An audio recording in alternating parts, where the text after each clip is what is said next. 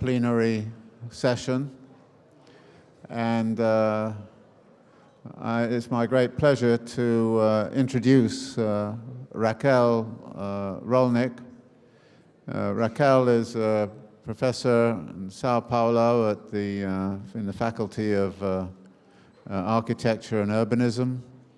More importantly, I think, if I dare say it, for 6 years she was the UN rapporteur on housing and did some amazing work which culminated, for me anyway, in the fact that the Daily Mail of London tried to have her thrown out of the country as a as a subversive Brazilian leftist or something of that kind. So Raquel, it's great to have you here to talk about your experiences, so I'll turn it over to you. Thank you. Good afternoon. First of all, I'd like to thank for this wonderful opportunity and privilege to try to relate, which is not easy, the topic of this conference, the Ideal City, with what I have witnessed and seen as UN Special Rapporteur on the right to adequate housing during 6 years, from 2008 to 2014. From the 15th century Renaissance ideal cities to the new capitals of modern states like Brasilia and Chandigarh, the plan designed of entire cities captured the imagination of artists, engineers, and philosophers as counterpoints to the crude realities of the actually existing individuals and communities, and at the same time as utopian restructuring of the political, spatial economy of everyday life. This can be clearly seen in Leonardo da Vinci's new plan for Milan after the plague that had ravaged the city, killing off really 1/3 of the city's population, or in 19th century garden cities, offering a healthy life amidst green public spaces as an alternative to the crowded and filthy British working class quarters. From the ideal representations to actual regulations, planning regulations, planning has insisted on rationalizing place, condition of inhabitants, and belonging to a socio-political order, so we are talking about power relations as well, in an attempt to fix, in both senses, as remedy and also as bonding on a permanent location, what was and is indeed conflictive, tense, and often transitory conditions. Housing or residential territories had performed a crucial role in this place-making, especially designating not only actual locations, but also socio-political relations. Remember, in Leonardo da Vinci Ideal City, there are two separate parallel levels, one for the gentry and another for the rest. As in Brasilia, modernist dream, workers live in satellite towns rather than in the master plan, the famous plain master plan. But no utopia has spoken out so clearly the nature of the links with territories, with political conditions, the links between territories and political conditions, than the 18th century liberal ideas that constituted the modern state, in which property, rights, and citizenship are deeply interweaved. But 18th century imagination, with the exception, perhaps, of Jeremy Bentham Panopticon, could never expect the dystopia produced by neoliberalism in late 20th century revival ideal of a home ownership society under the command of financial capital. Indeed, as we will try to demonstrate today, more as I think, a video clip of a global trend with particular colors everywhere, is that exactly in opposition of the absolute and forever security, the ultimate fixed bond between individuals and territories, announced and promised by individual registered freehold for all, we are witnessing a global tenure insecurity crisis in which bonds and relations with living space are becoming weaker, and the very nature of built space is being converted into a fictitious commodity, a liquid asset. Fed by pension funds, private equity, hedge funds, and other financial institutions and products, often globalized, housing represented one of the most dynamic new frontiers of late neoliberalism during the decades of economic boom, and at the outset of the mortgage financial crisis, housing, again, and commodification of housing was converted into one of the main Keynesian strategies to recover from the crisis. Backed by the political force of home ownership ideology, deeply rooted in some societies and recently adopted by others, and by the so-called socialization of credit, with its resultant inclusion of middle and low-income consumers into financial circuits, this movement has resulted in a path-dependent shift of the housing paradigms in almost every nation state, from housing as a social good, something that the society agrees in a way to share with itself in a redistributive logic, into a housing as a commodity and as a financial asset. The intensity of this change can be described as, and I use the words of some World Bank reports, transforming a sleeping beauty, an asset owned by traditional means, my home, into a fantastic ballet, with assets changing hands through constant and rapid transactions. Initiated by Wall Street and neoliberal US and UK politicians, and I'm talking about Reagan and Thatcher and their friends, the change gained momentum with the fall of Berlin Wall and the hegemony of free market over the world.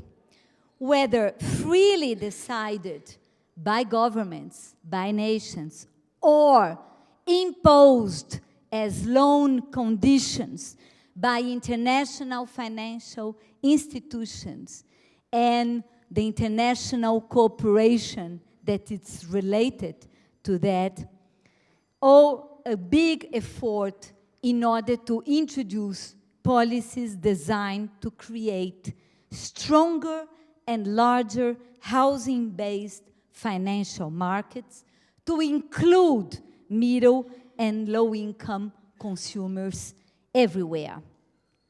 To build, and this is very important because this is not isolated for the whole process of building an increasingly individualized and consumption-based society and selves. In 1993, a World Bank report, Housing Enabling Markets to Work, summarized the new thinking. The new thinking was counting on the actual experience of what was going on, what has gone on before in several countries. If you take into account that, if you take the more recent numbers, in US, in UK, in Denmark, in Australia, in Japan, residential mortgage markets represent from 50 to 100% of their GDPs, the importance of that in the new economy of financial capitalism.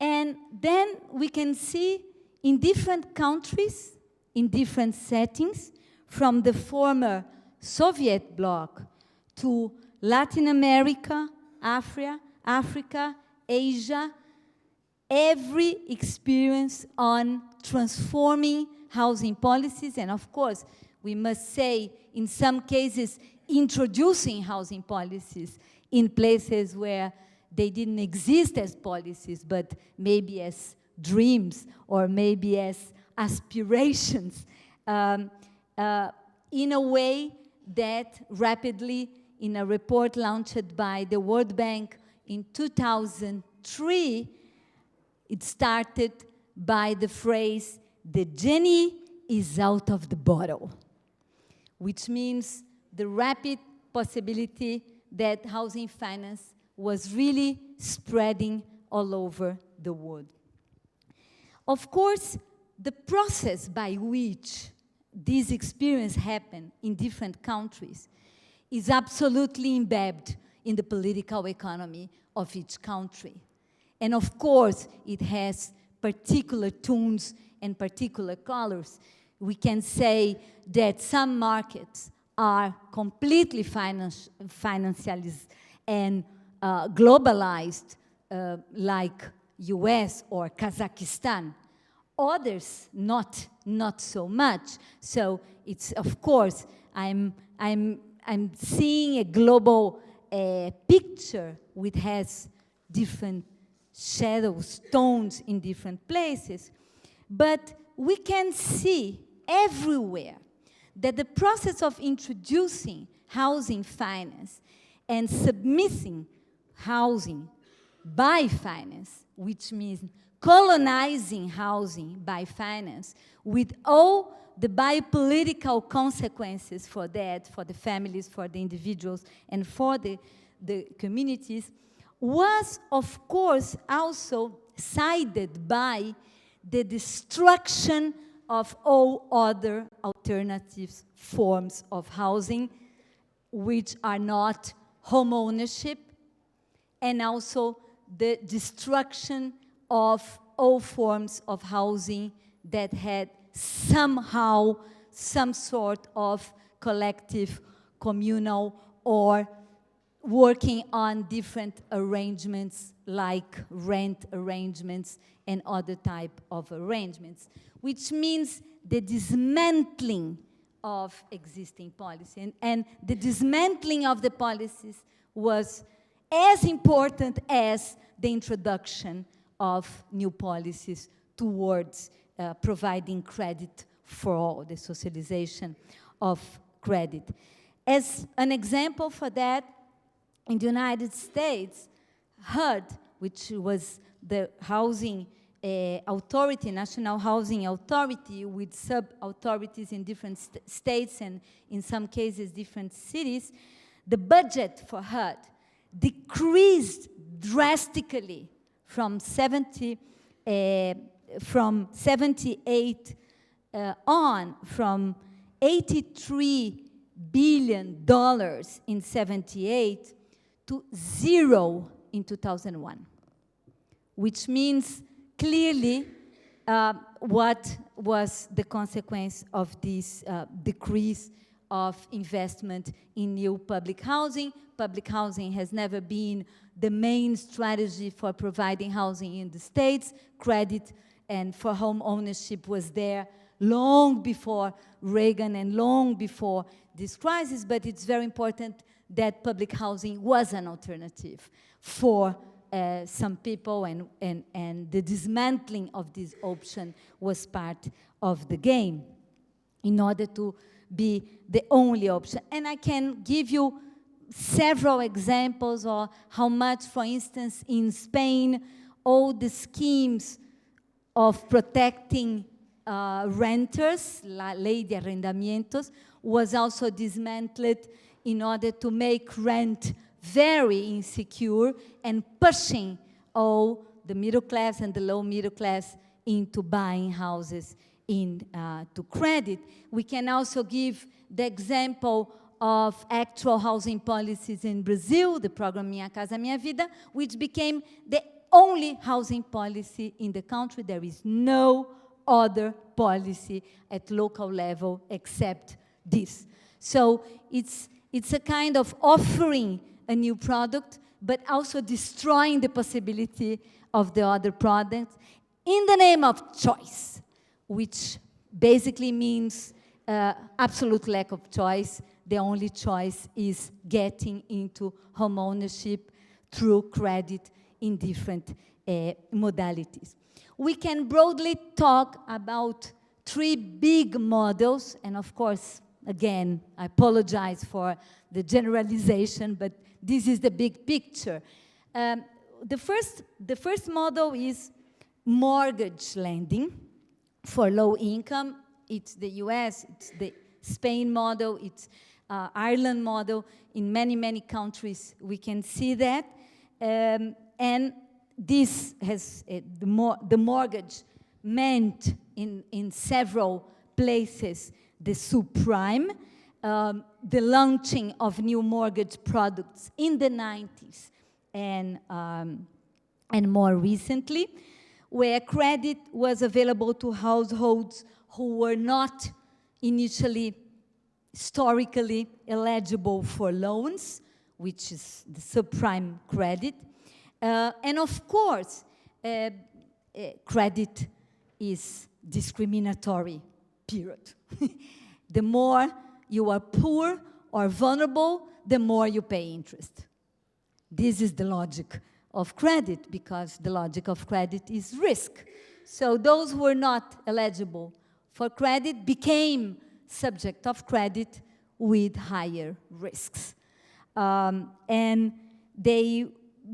So credit redlined the poor very clear, and that's why when we had the mortgage crisis in the United States or in Spain, we can see that the ones who were most affected were the ones who are discriminated against more broadly or more generally.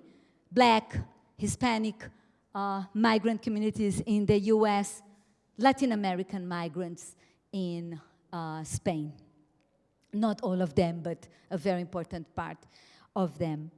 And also, the second type, I would say, the second type of mortgage base and related to the securitization of the mortgages was the type which was first of all experienced for the first time during Pinochet dictatorship in Chile, which is, and then afterwards, employed largely in different countries like South Africa, like Brazil, emerging economies, and spreading over many different countries today, for instance, in Africa, and slightly different, but with a lot of similarities also with Mexico, which are the demand subsidies, which means the state providing cash subsidies or subsidized interest loans to increase housing affordability, which should be produced by private entrepreneurs. Which means basically, just to make simple a very complex story, the state gives you money so you can buy the horrible product that the private market is offering to you, something that you never buy if you could have your own money. And the only option, again, are the products that are delivered by private entrepreneurs, what they call market social housing. So this case, in many, many countries, one of the effects, I won't develop the whole story of the impact of mortgage and financial crisis in the US, because I think it's a theme that was widely commented. But of course, the result in these countries were the mounting of foreclosures, and of course, you are exposing very vulnerable people to the international flows of financial capital. This is what you are exposing: bodies and souls and families and lives to a financial circuit who is seeking profits everywhere. So the result is, of course, the collapse, the economic collapse, means not only the economic collapse of financial institutions, but also the family collapse and the life collapse of losing a home and being in the middle of the street without any other housing policy in place in order to accommodate the effects, because everything was destroyed before. Of course, the effect of these demand subsidies type was very clearly, in all the cases, including Chile, including Mexico, including Brazil, including Colombia, increases in land prices, enormous increases in land prices, and the offer of these new products for this low-income, middle-income in the market, integrated in the market, has been always outside the city, in the peripheries, increasing the segregated gestalt of the city, and also building up very homogeneous neighborhoods with just low-income people, middle, low-income people with anything else than residential space. And of course, the result, again, it's what was called in the case of Chile, of the phenomenon of los con techo, the ones that have housing, but still don't have any right to the city, although they are located in housing of their own. And the third model, I will say broadly, is what I call the last frontier, which is microfinance.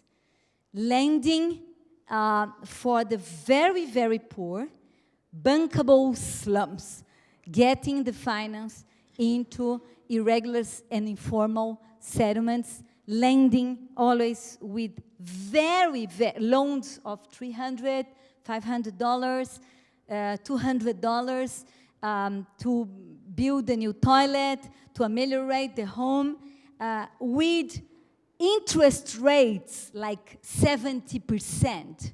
Of course, this is the maximum that I saw everywhere. But just to have an example of how exploitative and how can finance get included in a very, very precarious neighborhood. And of course, entering there as expanding the frontier for financial capital, but disconnecting completely from any other aspects of the situation, the housing situation in those settlements, like the security of tenure, location, availability of services, infrastructure, which, of course, was not part of the package of the loan. Of course, if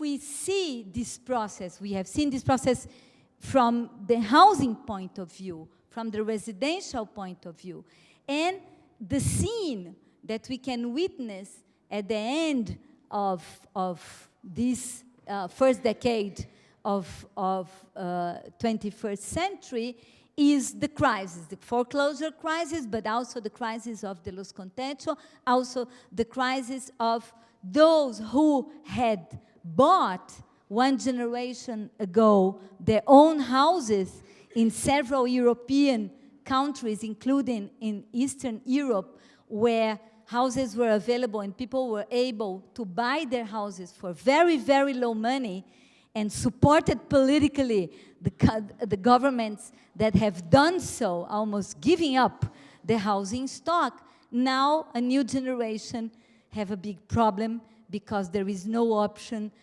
So you can see a huge housing crisis, including in countries that have had a very significant stock of subsidized housing, public housing, which was meaningful in these different societies. But we should see the same process from a more integral point of view, other than residential housing for low income and middle income per se, because we are talking about a process in which land and real estate become more and more an integral part of the financial circuit. I'm talking about what Albers calls the real estate financial complex, which is the complete mixing and mingling of the real estate with finances in global terms, and this combined with, related to the global location strategies of transnational corporation, inter-locality competition, the fiscal constraints of the recent policies, government engaged in short-term interspatial competition. And we know this story from different angles and different cities, how much mega projects, public-private partnerships, city marketing, big, huge projects to be sold in the international market had entered into the different cities.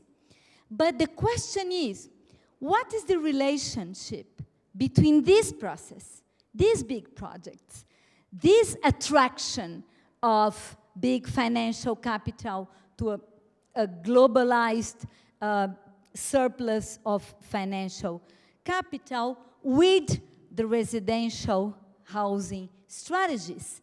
So one thing I think it's very important to bear in mind is how much this project has, of course, an effect on land appreciation, and how much, and we can see if we mix both stories, which means the locations where the new urban project has been implemented, and the locations where housing homeowners were offered to live, we can see clearly how much the housing strategy had cleared off the ground to the new projects that were coming to the cities. This is clear even by just what we call expulsion by the market because of land appreciation, but also it's what is dramatic in this story, and I will finish by focusing on that, is that, of course, the most important issue here, and this is behind, for instance, the demolition of public projects in well-located spots in North American cities, as the same thing with the interventions on different cities related to mega events. Even Tokyo today, for the Olympics, will demolish the housing project that was built during the preparation of the Tokyo Olympics in the 60s to rehouse the people that were affected then. So we have several examples of this. This is very clear because the mantra is unlocking land values, which means to use the logic that governs decisions on urban policy is just one, which is the one question to be answered, which is, what is the use that is capable to provide more rent on a long run? And that's it. That's the one and only question to be answered. And of course, it's never place for street vendors or low-income housing or small, petit retail space. Of course, we are talking about different uses of land. But what I want to discuss also here is what happened to that in cities like Latin American cities, African cities, Asian cities, where most of the territory was made of the so-called informal settlements, paralegal settlements. We don't have even a name to name these settlements because, of course, if we say slums, we are talking about immediately about stigmatization of some, we are relating to crime. But what happened to these places?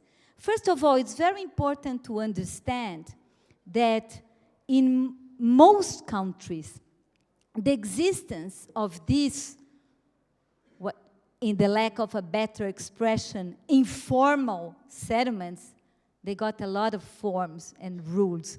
So it's very strange to call them informal.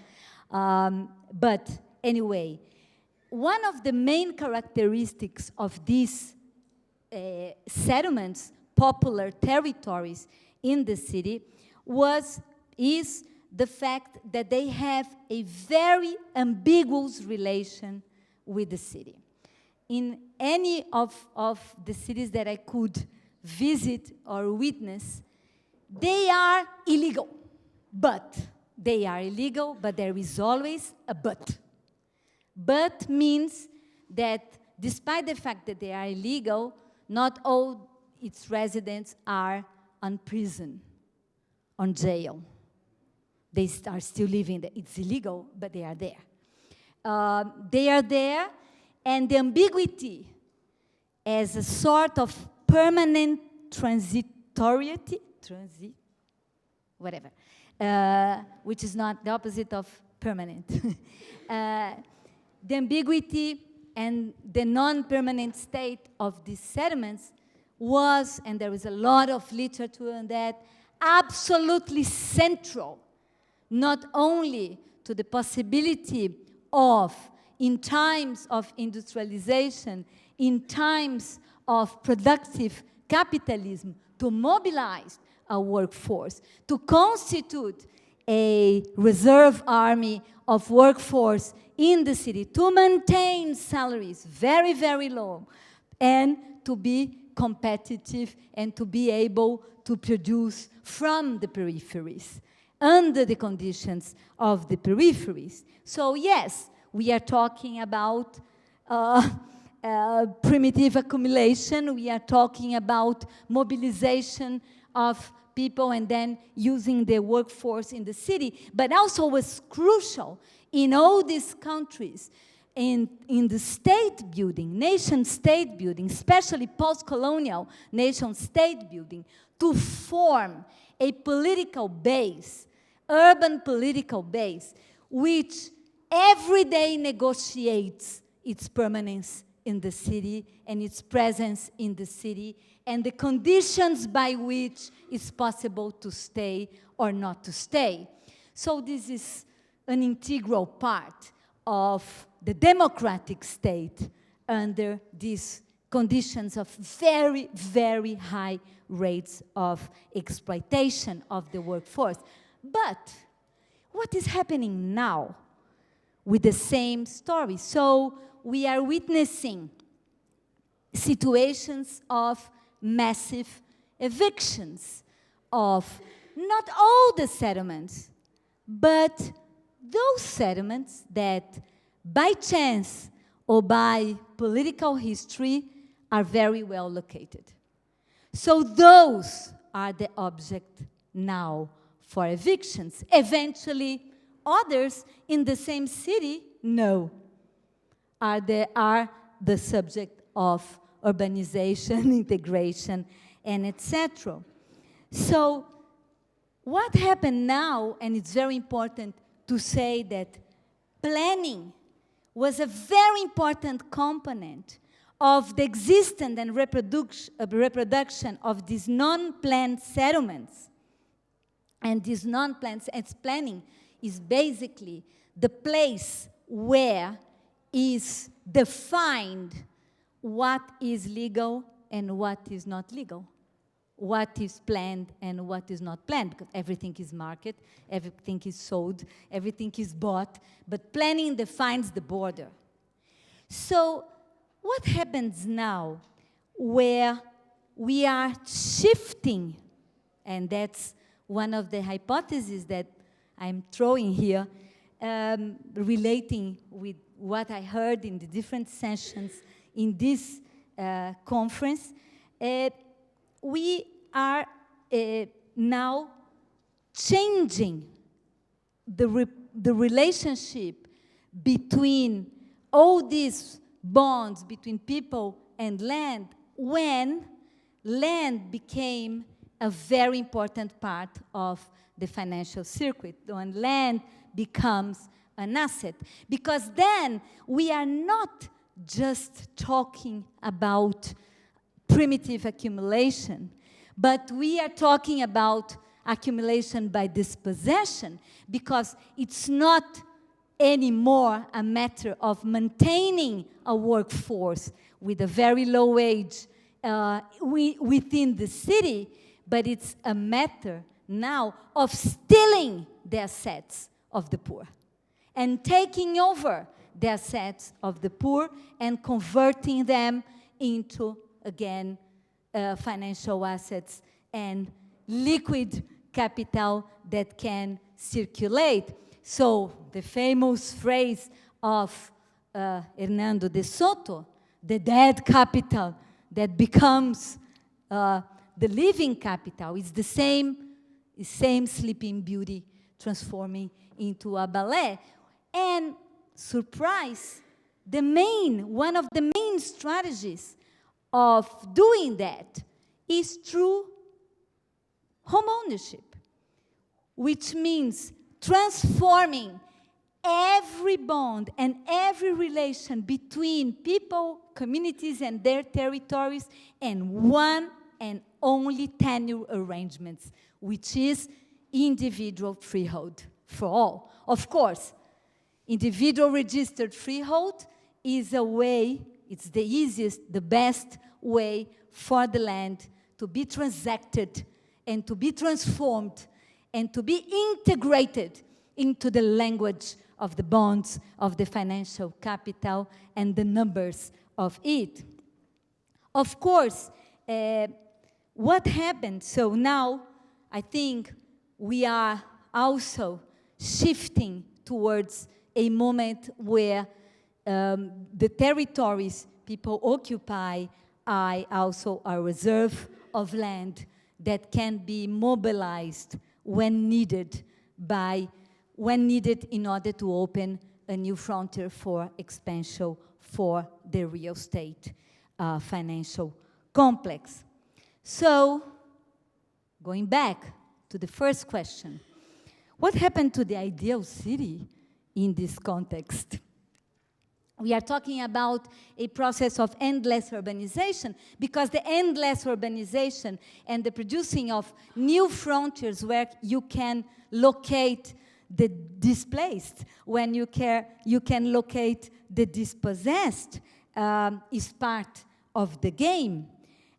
We are talking about a post-planning era in which projects are the ones that drive urban policies rather than overall planning to fix and to place all the different groups and segments in the territory. We are talking about flexibility we are talking about a process of state-led privatization.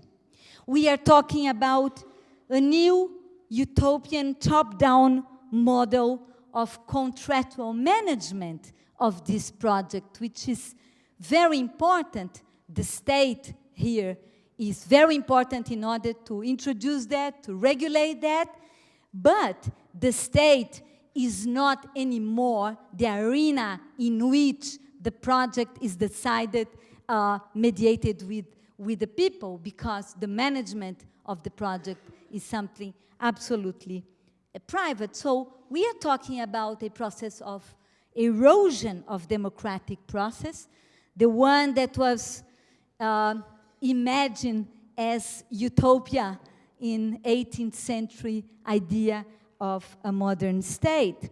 So the city as a locus of mediation and retribution, fixing what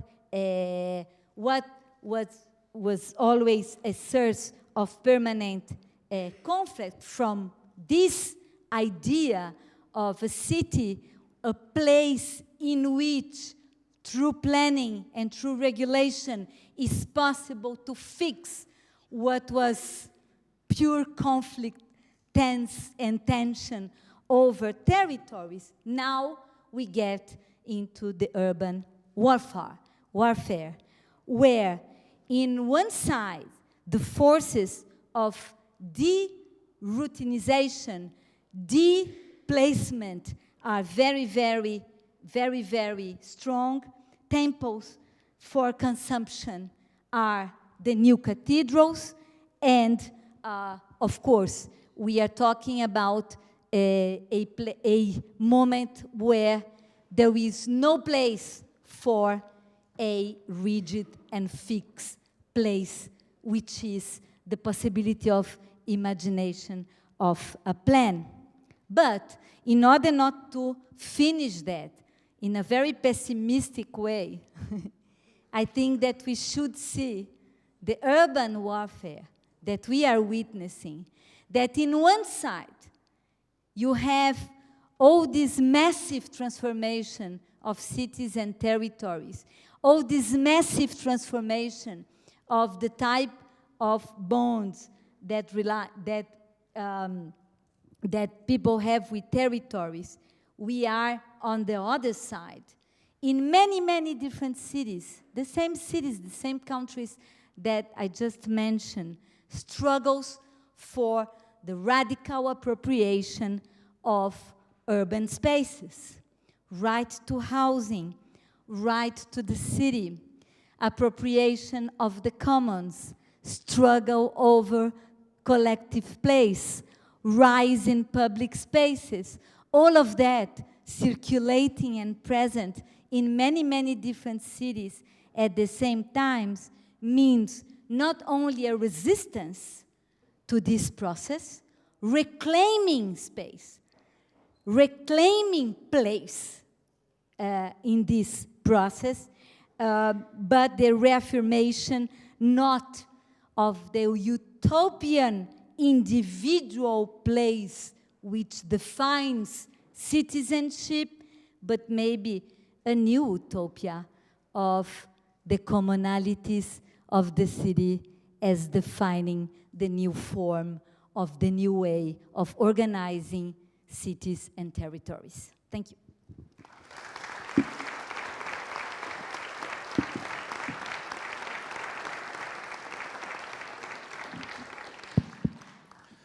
We have some time for questions, so if anybody would like to come forward, as usual, you'll have to come up here because we're live streaming and ask your question from here. So anybody want to ask a question?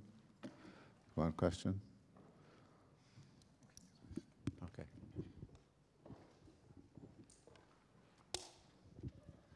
Thank you. Muito obrigado, Raquel. My name is Alexander Yachno. I'm with IHS, the Institute of Housing Studies in Rotterdam. I just wanted to draw the attention to a fact that I find also a bit surprising in this conference, that Habitat 3 is ante portas. And Habitat 3 will happen in September or in October 2016 in Quito. And at the moment they are drafting a new urban agenda. And for the first time it will be an international agenda, because the first Habitat agenda before in '96 drafted in Istanbul was exclusively for developing countries. And now we have an international agenda in the drafting that has 22 issue papers that were developed by the UN system. And those issue papers are highly critical. And if you look at the issue paper on housing, you will find exactly what you are criticizing, Raquel. They talk about the market is not reaching the poor. The financial institutions are not efficient to provide the poor with housing. And the solution, of course, is then that they promote its financial institutions should be established everywhere so that the global market can be everywhere. And they write this to prepare the urban agenda for the next 30 years. So there was a public audience discussion on that, which was very weak. And at the moment, they are still discussing policy units that will be formed by the member states. And maybe some of you are even nominated for going there. But at this moment, we have those issue papers, and it's intransparently discussed between the member states. And they are full of, to say it very unbureaucratically, full of this crap regarding housing. So I would encourage everybody to look at those issue papers. They are online. It's the Habitat 3 website. And they're very important if you want to change maybe the world into what you have promoted right now. Thanks. Thank you for bringing this issue. I have been following Habitat for, I won't tell you how many years. Many. Decades. And for the first time, I am not participating in any Habitat 3 discussions. Why? Because clearly what happened, well, it's a long story, but the UN system, and particularly Habitat, the UN agency for human settlements, first of all, has lost any power. I don't know if it ever had, but at some point there was a big illusion of having a really strong voice in the urban sector, but has completely lost its strength in the urban policies and housing policies, which was absolutely controlled now by the World Bank and international financial institutions thinking, and the financial institutions of the different countries who are the ones who fund UN Habitat. And UN Habitat became almost an NGO fighting with some projects together with other NGOs to get some money to keep their activities going, basically. So I don't think that Habitat 3 will be a very important platform to change the right to the city or the right to housing in the world. Although maybe I'm completely wrong, and maybe Quito will be very energetic and full of hope. I don't see how. But it's very interesting to read the documents of Habitat 3 and read how much the definitions and strategies of UN, over time, they were incorporating this idea of inclusive markets, the bottom billion, which is the Millennium Development Goals, the idea of reaching out towards the poorest among the poor through market mechanisms, through market schemes. So it was really a conversion of the agency like any other government bodies. This is another intergovernmental body which was converted during these years. But the crucial thing is And that was my first question when I started to work as a rapporteur, and then all of a sudden the crisis, the financial and the mortgage crisis sparkled, and I was seeing the effects of that over and over and over in different countries, from country to country. The question was, well, this is so clearly a failure. But why? Why the strategy is being repeated over and over? And now, okay, which sign of the renewal of the same thinking is with this new corporate rent sector, corporate professional rent sector, which are the same guys, the same investment funds that made all the mess in the mortgage financial crisis. Now they are buying all the foreclosed homes in many, many countries and offering and creating a rent sector as a new frontier for the surplus capital to extract rent, etc., etc., etc. And now we start to see a new discourse, and oh, maybe home ownership is not that good. Let's go to rent. Maybe rent is a better question. So even home ownership, which was one of the foundations of the thinking, now it's becoming less important in order to reproduce exactly the same question, which is basically homes and housing have nothing to do with good and decent standard of living of the people, have to do with the economic role of it in societies and in the financial circuit. Any other questions that people want to make? Just one more, if anybody's. Where? Okay. Oh, people are jumping over the chairs. It's great. Excitement, finally. Chris Fowler from Penn State. In my understanding, the initial push into the housing markets in the United States, because the returns initially weren't high enough to really interest the investment firms, et cetera, a lot of it was coming, in fact, from the big pension funds that were looking for a slower but more reliable thing. And so in a lot of ways, you're looking at state employees' pensions and teachers' pensions and other sorts of big institutions like that that are driving this first move into real estate. And I'm wondering if you just comment on the implications of that from a class perspective, but also whether that carried on into other international sectors, or whether once it turned out to be a good thing, the bandwagon was so fast that we didn't have to stop. Thank you. Thank you. I'm Peer Smets from VU University Amsterdam, and we edited last year a book on affordable housing in the urban global south, published by EarthScan, and we showed that there is a different market. You have an informal market, you have a lot of slum settlements, and there's another dynamic going on. It's not only microfinance institutions, you've got all kinds of local financial systems.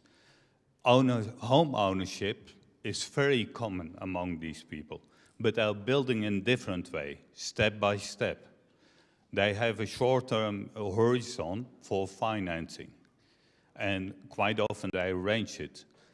When you look at DeSoto, East Elms, let's make this land they have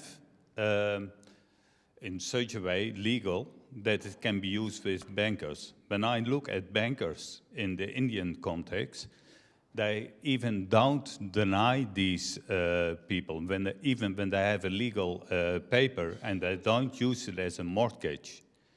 They say, you are still a slum dweller, we don't take this serious. MFIs is a different question, but they are part of an informal market with small entrepreneurs, and the systems are working quite well. But the point is, your story about the city and the problems taking place is quite focused from a middle class perspective, with an idea of housing, a kind of ready-made housing units, and a confiscating of more land for this middle class. When you look to these lower classes, they are squatting, they are invading areas, and some would be removed, but they are settling at new places and starting again. So there are two worlds. You have your story, what's going on, but in the informal sector, you get a complete different story and dynamics. And I would plea to have a more a story where both worlds could be linked somehow, and now it's a pity it isn't. First of all, on pension funds, yes, absolutely central, part of this surplus capital which is floating over the world, seeking for a good place to have rent, is made of the pension funds of the workers. So it was central to build up the financial capital, the privatization of pensions system. And just to tell you how much is important that as well, in the case of Brazil, this to look at the pension funds and how the pension funds performed a very important role in real estate is central to understand how come financialization of housing occurred and financialization of real estate occurred under the Workers' Party rule. And part of this connection, it's more complex than that, is the fact that pension funds in Brazil are run by the former union leaders who were the same guys who were funded and created the Workers' Party and were in government as well. And the relationship between finances and this new party was made basically through pension funds and their role and their participation in real estate. So it's absolutely crucial, I think, and it's a trap. It's a trap because we, all of us here, the financial surplus, they are not only the dollars that came from the oil sheikhs or the Chinese millionaires. They are us. It's part of our money which is doing that, which is horrible. We are part of this, and this is a trap, and I'm sure that this is very important in terms of the new class alignments that are happening. The question of informal and formal, it's a long story. There's a lot of work being done, especially by Pedro Abramo and other people that have researched markets in Brazil and Latin America. The clear cut between formal and informal does not exist in reality. There is a lot of links in between, and first of all. Second, when you see home ownership, in terms of, in our Latin American cases at least, when the census go to the people and say, I mean, what is your tenure condition? And the person said, casa propria, this home is mine. And it is. But has nothing to do with fully property registered, sometimes loosely have to do. So it's more complex than that. But the process that I am describing, and then, of course, there is a question of timing. You can see the example of Chile, Santiago. They ended with the campamentos. They don't exist anymore. After 30 years, 40 years. Finish. The idea with the launching of programs like that in different countries like Brazil, like Colombia, was, the dream was to finish with that eventually. It won't succeed, but the idea is to finish. So it's also a question of timing, and we are talking about, not exactly about middle class, but we are talking about low income, low middle class, what is called as the new middle class, which is not middle class, it's the working class. It's nothing to do with middle class. It's the working class, and it's the working class who is engaged in this type of new products. This is the new frontier, and this is politically very important in terms of urban policy, in terms of realignment of forces in the city. But of course, the fact that you still have other ways and other means to get homes and houses in these countries, of course, gives a lot of shades on what I was referring, although there are a lot of connections between one process to the other. Okay, with that, well, thanks very much, and thank you, Raquel.